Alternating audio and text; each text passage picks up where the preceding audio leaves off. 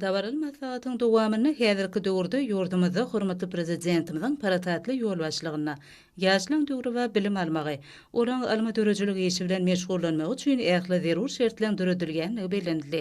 Ýurdumyzyň milli bilim ulgamyny alim arkadagymyzyň başyny başlan, giň möçürli özgörtmeleriniň hormatly prezidentimiziň ýol başlygyna üstünlikli durmuşa geçirilmegi netijesinde ösüp gelýän ýaş nesilläň dünýä alymyna çuňur aralaşmagyna döwlet derejesinde ähmiýet berilýär.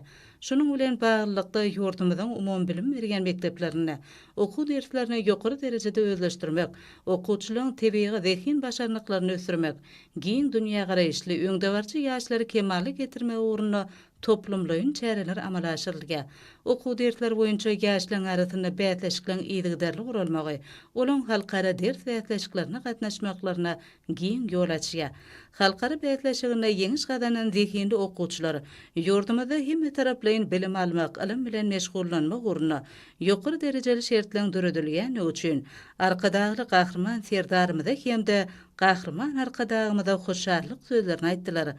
Halkara bätleşigine ýeňiş gadanan zehinli mektep okuwçylaryna arkadagly gahrman serdarymyzyň hem-de gahrman arkadagymyzyň adyndan gymmat bahaly sowgatlar goşulmagy, halkara parakatçylyk we ynançmak ýeriniň ilkinji pursatlarynyň şanly wakalarynyň üstüne ýetirdi.